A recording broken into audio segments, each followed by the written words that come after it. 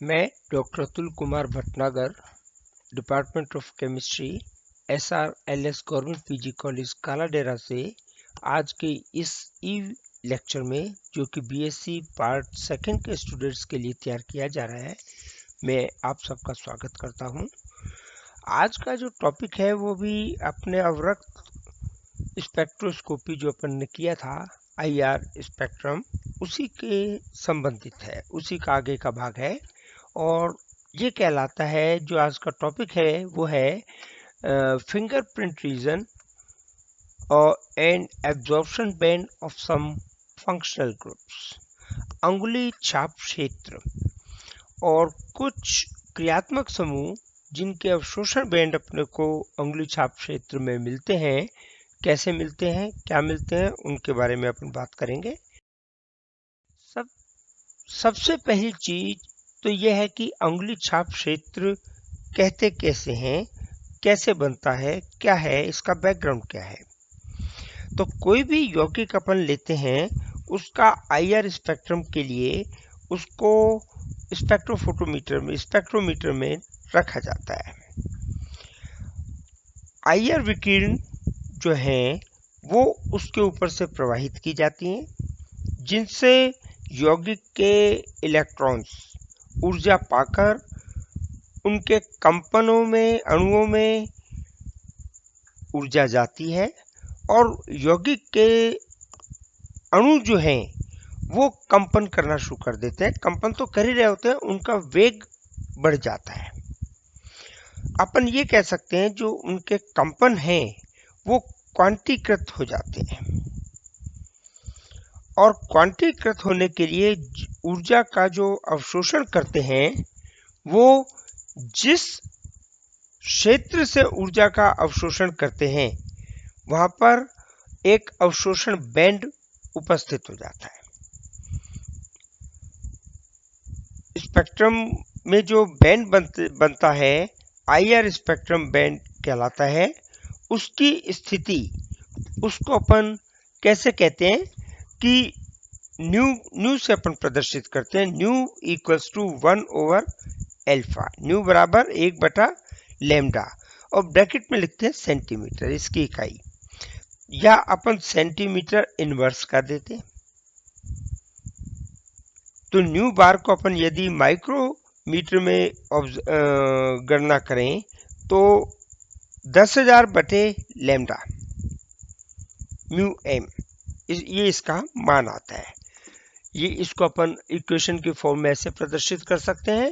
ये आपकी इक्वेशन है, न्यू बार इक्वल्स टू 1/लैम्डा CM, जिसे सेंटीमीटर इनवर्स कहते हैं, और म्यू इक्वल्स टू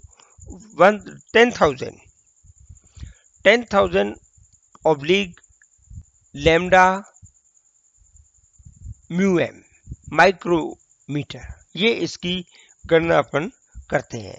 होता क्या है कि अपन स्पेक्ट्रोफोटोमीटर लेते हैं, उसमें कंपाउंड रखते हैं, उस पे से IR विकिरणों को प्रवाहित किया जाता है, जिससे अणु ऊर्जा प्राप्त करते हैं और अपना वाइब्रेशन या अपन कहे कि अवशोषण प्रदर्शित करते हैं। ये अवशोषण को अपन एक फॉर्मेट पेपर आता है, उसको फीड करके उसके ऊपर रिकॉर्ड कर लेते हैं, और इस रिकॉर्डेड पेपर को अपन स्पेक्ट्रा कहते हैं। अब अपन बात करें स्पेक्ट्रा का, तो स्पेक्ट्रा की जब स्टडी की जाती है उसमें अपने को दो रीजन मिलते हैं। सबसे पहली चीज तो जो एब्जॉर्प्शन बैंड है वो 4000 से लेके 6000 सेंटीमीटर इनवर्स में, जो इसकी आवृत्ति अपन कहते हैं, लैम्डा कहते हैं, तरंग दैर्घ्य कहते हैं, वो अपने को 4000 से लेके 600 सेंटीमीटर इनवर्स में पाई जाती है।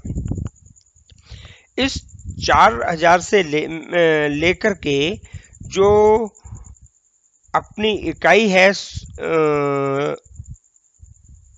1700, करीब 1700 सेंटीमीटर इनवर्स तक का जो एरिया है वो कहलाता है क्रियात्मक समूह का क्षेत्र। क्रियात्मक समूह का क्षेत्र कौन सा है अपन बात करें तो ये जो क्षेत्र है ये क्षेत्र यहां तक का, अपन इसको यहाँ पे एक लाइन मार दें इस एरिया तक का, तो ये क्या कहलाता है, क्रियात्मक समूह का क्षेत्र।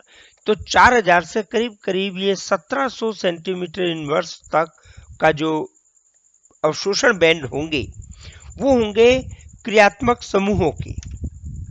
जैसे अपन उदाहरण लें कि कीटो समूह, तो कीटो समूह का अवशोषण इसी क्षेत्र में मिलेगा क्योंकि कीटोन क्रियात्मक समूह है और वो अपने को मिलेगा करीब 1700 सेंटीमीटर इनवर्स के आसपास।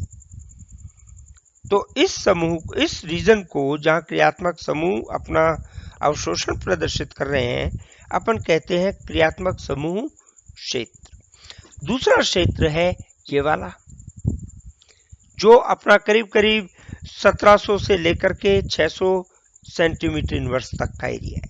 ये कहलाता है फिंगरप्रिंट रीजन या अंगुली छाप क्षेत्र। तो जो अपने कंपन अपन ने पढ़े हैं उन कंपनों में इस एरिया में जो इस क्षेत्र में जो अपने को अवशोषण बैंड देंगे वो अपन कहेंगे ये अवशोषण बैंड अंगुली छात्र क्षेत्र में पाए गए हैं। तो ये अपना आउटलाइन है अंगुली छाप क्षेत्र।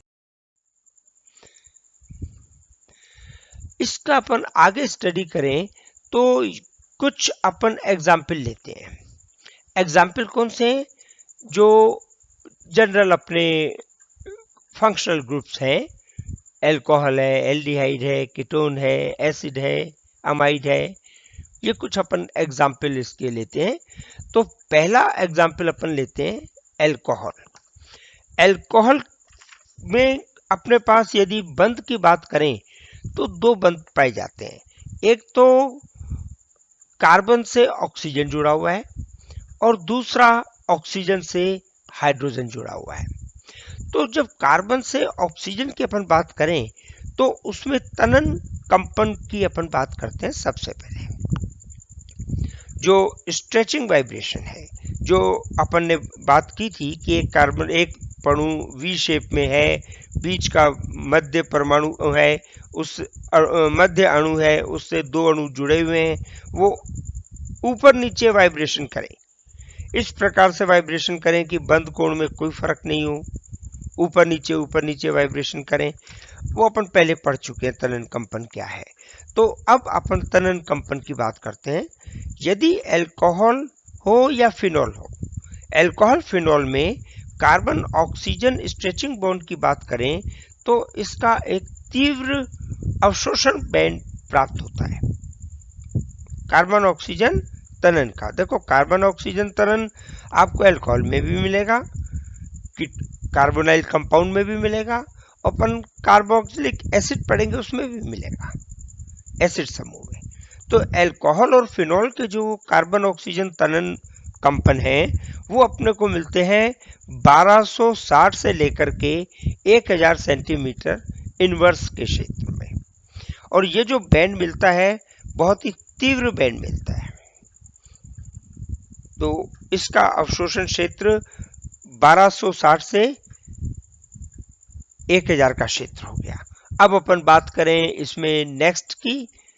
नेक्स्ट क्या है कि ये ऑक्सीजन हाइड्रोजन से जुड़ा हुआ है, तो ये भी अपना तनन कंपन या स्ट्रेचिंग वाइब्रेशन प्रदर्शित करेगा। तो OH में अपने को देखना पड़ेगा अपन किस अवस्था में इसका IR ले रहे हैं। यदि गैसीय अवस्था में ले रहे हैं या तनु विलयन के रूप में ले रहे हैं तो जो OH है वो फ्री अवस्था में मिलेंगे, मुक्त अवस्था में मिलेंगे, उनके अणु दूर दूर होंगे और दूर दूर होने के कारण उन पे जो अतिरिक्त बल है कोई नहीं लगेगा। ऐसी अवस्था में अवशोषण बैंड का जो मान है वो उच्च क्षेत्र में मिलेगा। उच्च क्षेत्र मतलब ये मिलेगा अपने को 3650 से 3584 इस क्षेत्र में मिलेगा। 3650 से 3584 सेंटीमीटर इनवर्स। अब यदि अपन द्रव्य अवस्था में लें, गैसीय अवस्था नहीं लें और तनु विलयन नहीं हो, सांद्र विलयन हो, उस अवस्था में जो अल्कोहल के अणु है वो संगुठित अवस्था में, एसोसिएटेड स्टेट में अपने को मिलेंगे कि उनमें हाइड्रोजन बंध बनेगा, एक अणु दूसरे अणु से जुड़ा हुआ होगा, नजदीक नजदीक होगा। तो अपन क्या कहेंगे कि इसके लिए अपने को कुछ अतिरिक्त ऊर्जा की आवश्यकता है। ऐसे में OH तनन के कंपन के लिए जो अवशोषण बैंड मिलेगा वो अवशोषण बैंड मिलेगा 3550 से लेके 3200 सेंटीमीटर इनवर्स के क्षेत्र में। और ये जो बैंड मिलेगा वो तीव्र मिलेगा, ऊपर तीव्र बैंड नहीं मिलेगा, ऊपर अवशोषण का बैंड मिलेगा। तीव्र बैंड का मतलब उसकी इंटेंसिटी बढ़ जाएगी। तो ये अपना OH तनन कंपन हुआ। अब अपन बात करते हैं इसके आगे दूसरे क्रियात्मक समूह की।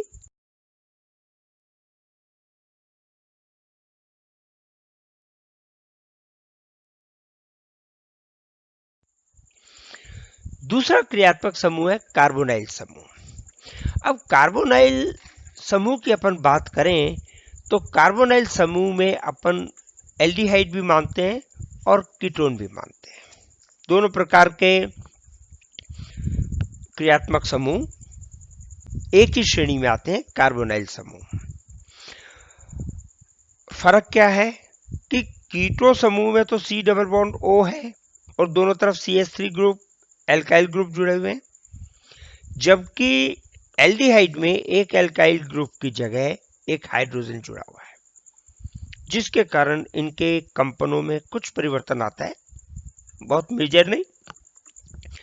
पहली चीज अपन कार्बोनाइल समूह के संबंध में पढ़ें तो CO स्ट्रेचिंग ये दोनों दिखाएंगे, एल्डिहाइड भी दिखाएगा और कीटोन भी दिखाएगा। तो C डबल बॉन्ड O, इसके कारण जो कार्बन ऑक्सीजन तनन है, कार्बन ऑक्सीजन स्ट्रेचिंग वाइब्रेशन है, वो क्या है? यदि CO का कंपन अपन देखें तो वो कंपन अपने को मिलता है 1870 से लेके 1540 सेंटीमीटर इनवर्स पर, 1870 से 1540 के क्षेत्र में। इस क्षेत्र में अपने को जो अवशोषण बैंड दिखाई देता है वो अपना कहलाता है CO तनन कंपन का अवशोषण बैंड।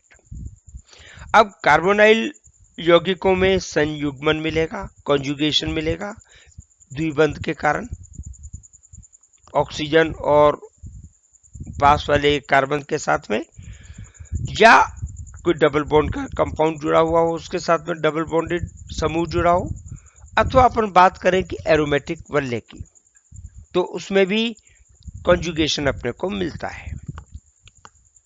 ऐसी अवस्था में जो अवशोषण का आवृत्ति है, लैम्डा मैक्स है, उसकी वैल्यू कम हो जाती है और ये संयुग्मन होता है पाई बॉन्ड के कारण, क्योंकि कार्बन ऑक्सीजन में पाई बॉन्ड के गुण है, C डबल बॉन्ड O। और जब पाई बॉन्ड आ जाता है, संयुग्मन प्रदर्शित करता है, तो ये लैम्डा मैक्स की वैल्यू शिफ्ट हो जाती है, अवशोषण बैंड की स्थिति परिवर्तित हो जाती है। अवशोषण बैंड जो मिलता है पाई बॉन्ड के इन्वॉल्वमेंट के बाद में, संयुग्मन के बाद में, वो अपने को मिलता है 1685 से 1666 सेंटीमीटर इनवर्स के क्षेत्र में। Carbon double bond oxygen, C double bond O, इसका अपन ने तनन कंपन की बात की, इसके साथ में इसके अणु बंकन कंपन भी करते हैं। तो कार्बन ऑक्सीजन के स्ट्रेचिंग और बेंडिंग वाइब्रेशन की बात करें तो एल्डिहाइडों में क्या स्थिति बनती है और कीटोनों में क्या स्थिति बनती है। एल्डिहाइड में स्ट्रेचिंग वाइब्रेशन के जो अवशोषण है वो उच्च आवृत्ति पर लैम्डा वैक्स की वैल्यू उसमें बढ़ जाती है, उच्च आवृत्ति के क्षेत्र में प्रदर्शित होगा। और कीटोन में सी डबल बॉन्ड ओ या अपन कहें सी डबल बॉन्ड ओ सी, मतलब कीटो समूह है और दोनों तरफ एल्काइल समूह से जुड़ा हुआ है। इसके कारण तनन कंपन होगा, साथ में ही ऑक्सीजन बंकन कंपन, बेंडिंग वाइब्रेशन, जिसमें बॉन्ड एंगल चेंज नहीं हो रहा लेकिन वो बॉन्ड एंगल लगातार चेंज हो रहा है लेकिन वाइब्रेशन कर रहा है एक ही तल पे।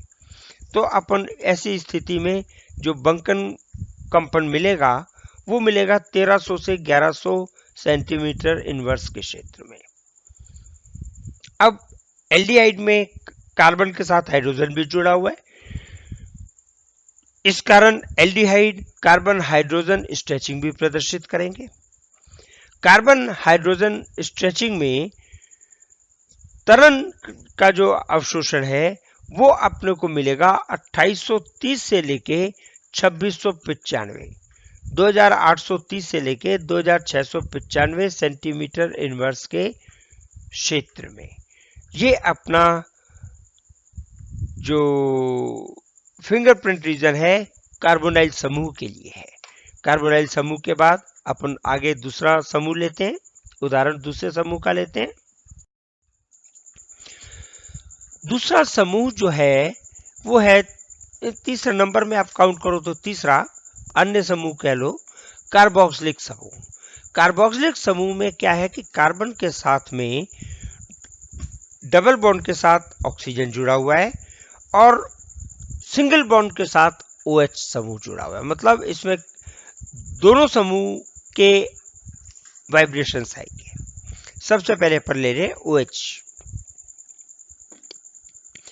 OH समूह में OH तनन कंपन या OH स्ट्रेचिंग वाइब्रेशन क्या है।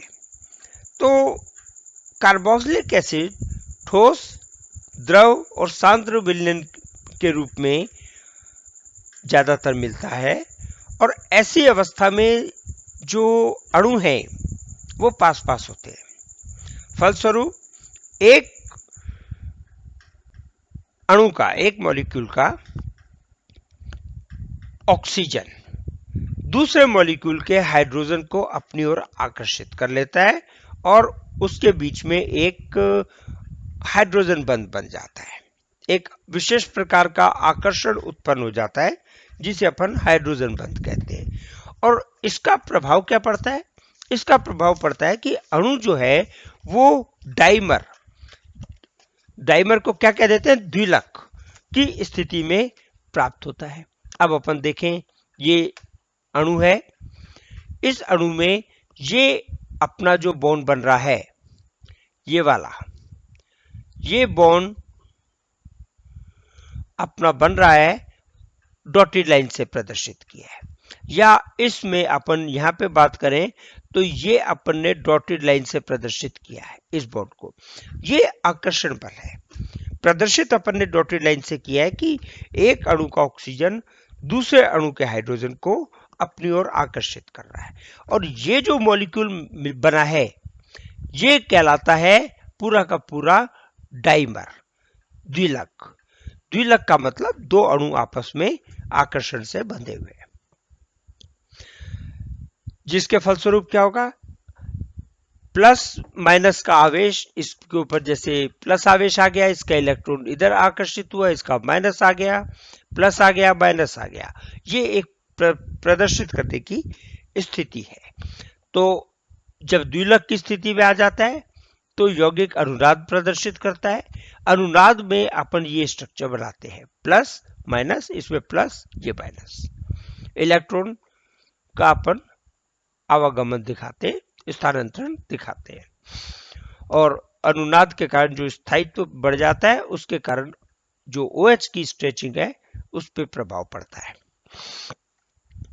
OH का जो कंपन है, यदि द्विलक की स्थिति नहीं है अणु में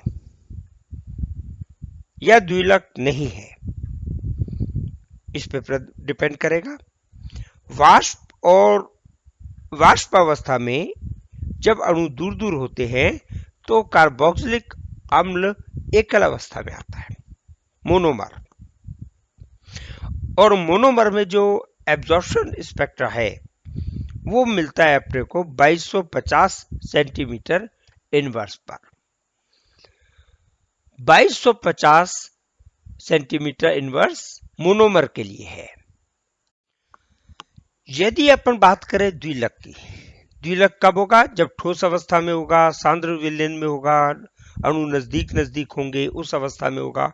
तो उस अवस्था में जो कार्बोक्सिलिक अम्ल का जो अणु है द्विलक की स्थिति में है, तो ये अवशोषण बैंड शिफ्ट हो जाएगा, चौड़ा हो जाएगा, पहली बात। और इसके अवशोषण के बैंड के चौड़े होने के साथ तीव्र हो जाएगा, इंटेंसिटी बढ़ जाएगी, और ये बैंड शिफ्ट हो जाएगा 3300 से लेके 2500 सेंटीमीटर इनवर्स पर यह शिफ्ट हो जाएगा।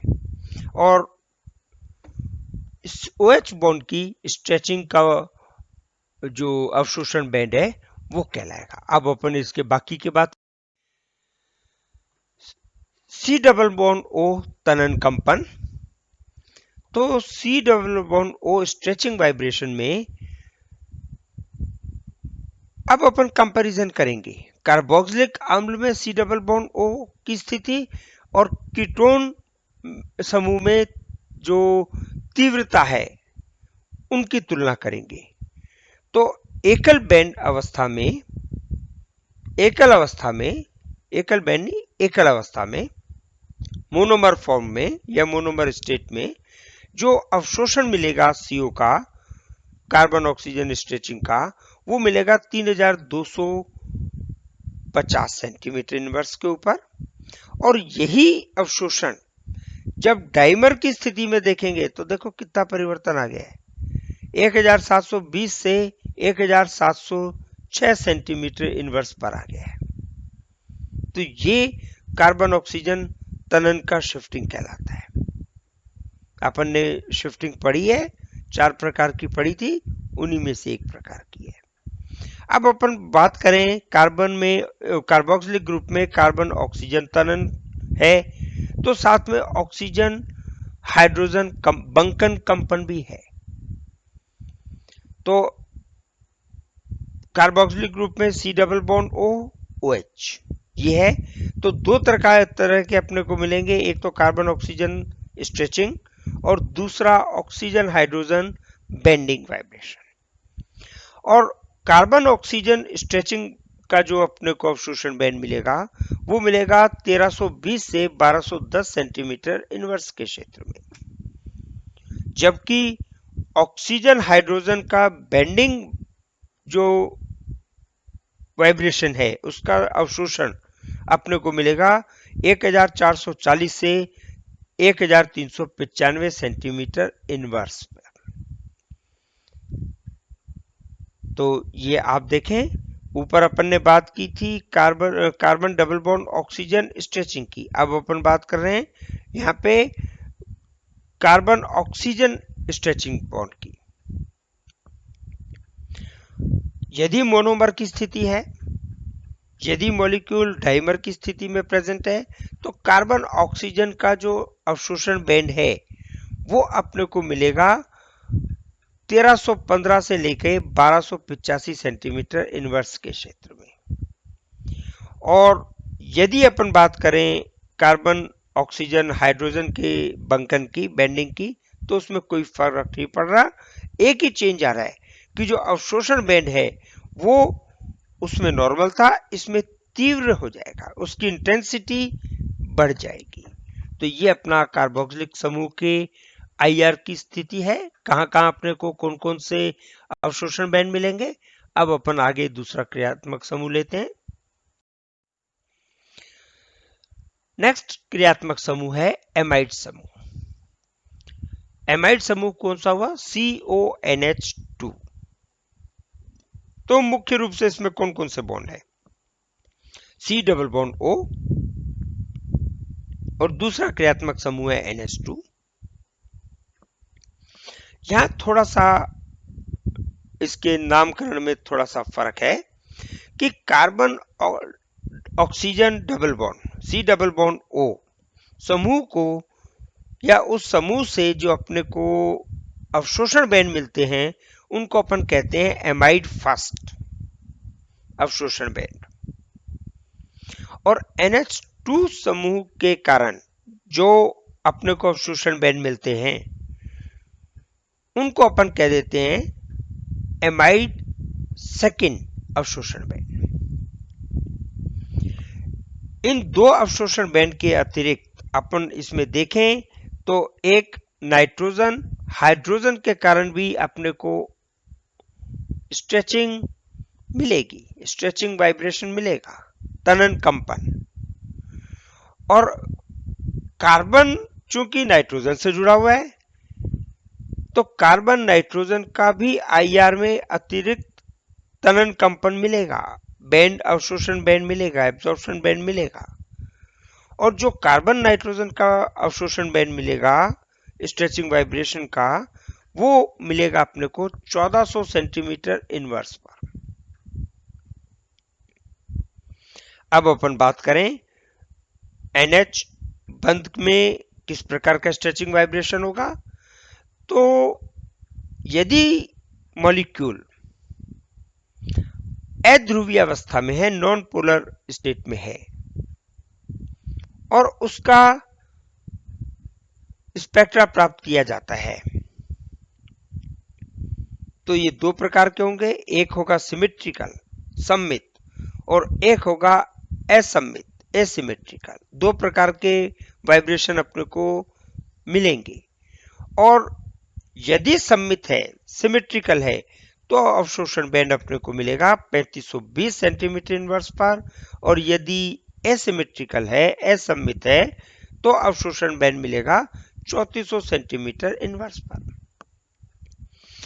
यही यदि अपन ठोस अवस्था में विलायक का प्रयोग ना करें, विलायक अध्रुवीय विलायक की बात नहीं करें, अपन ठोस अवस्था की बात करें, तो ठोस अवस्था में ये बैंड शिफ्ट हो जाएंगे। 3300 जो अपना बैंड था सममित का 3520 पे मिल रहा था, 3520 सेंटीमीटर इनवर्स पर, वो शिफ्ट हो जाएगा 3350 सेंटीमीटर इनवर्स पर। अब कोई विलायक नहीं है, कोई ध्रुवीय अध्रुवीय की बात नहीं है ठोस अवस्था में।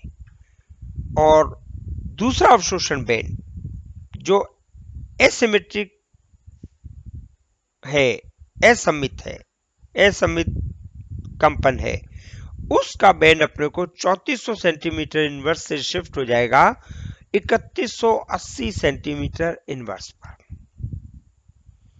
तो नाइट्रोजन हाइड्रोजन के अपन ने स्ट्रेचिंग वाइब्रेशन देख लिए। अब अपन कार्बन डबल बॉन्ड ऑक्सीजन, इसका तनन कंपन या स्ट्रेचिंग वाइब्रेशन क्या करें, स्टडी करें। और इसको अपन ये कहते हैं एमाइड फर्स्ट बैंड। यदि ठोस अवस्था में इसका अपन स्पेक्ट्रा ले रहे हैं तो अपने को इसका अवशोषण बैंड मिलेगा, एब्जॉर्प्शन स्पेक्ट्रा मिलेगा 1650 सेंटीमीटर इनवर्स पर। और यदि तनु विलयन डाइल्यूट सॉल्यूशन की फॉर्म में अपन इसे IR ले रहे हैं तो अपने को इसका अवशोषण बैंड मिलेगा 1690 सेंटीमीटर इनवर्स पर। अर्थात यह क्या हुआ, इसमें उच्च आवृत्ति की ओर शिफ्ट हो गया। ये बैंड उच्च आवृत्ति लैम्डा मैक्स की जो वैल्यू है वो बढ़ गई। अब अपन दूसरा प्रकार का बात करें जो अपन ने कहा था एमाइड सेकेंड। यदि नाइट्रोजन हाइड्रोजन बॉन्ड में ऑब्जर्व करें तो नाइट्रोजन हाइड्रोजन बॉन्ड में बंकन कंपन प्राप्त होगा। जो बंकन कंपन होगा उसके कारण जो एब्जॉर्प्शन बैंड बनेगा वो अपना एब्जॉर्प्शन बैंड बनेगा एमाइड सेकेंड कहलाएगा। नाइट्रोजन हाइड्रोजन बंकन कंपन का जो एमाइड सेकेंड बॉन्ड बन रहा है, बैंड बन रहा है, वो अवशोषण बैंड बनेगा 1655 से 1620 सेंटीमीटर इनवर्स के क्षेत्र में। और यदि यही स्पेक्ट्रा तनु विलयन की फॉर्म में ले, ठोस अवस्था में नहीं ले, तनु विलयन की अवस्था में ले, तो बैंड शिफ्ट हो जाएगा 1620 से 1590 सेंटीमीटर इनवर्स के क्षेत्र में। ये अपना कुल स्पेक्ट्रा है। कुछ एग्जाम्पल अपन ने लिए हैं, उन एग्जाम्पल की स्टडी है, आपसे पूछे जाते हैं तो आपको ये वैल्यूज सेंटीमीटर इनवर्स में जो अपन ने बताई है इनका ध्यान रखना पड़ेगा और इनके आधार पे यौगिक का कैसे अपन आइडेंटिफिकेशन करेंगे उसको अपने को समझाना पड़ेगा। Thank you.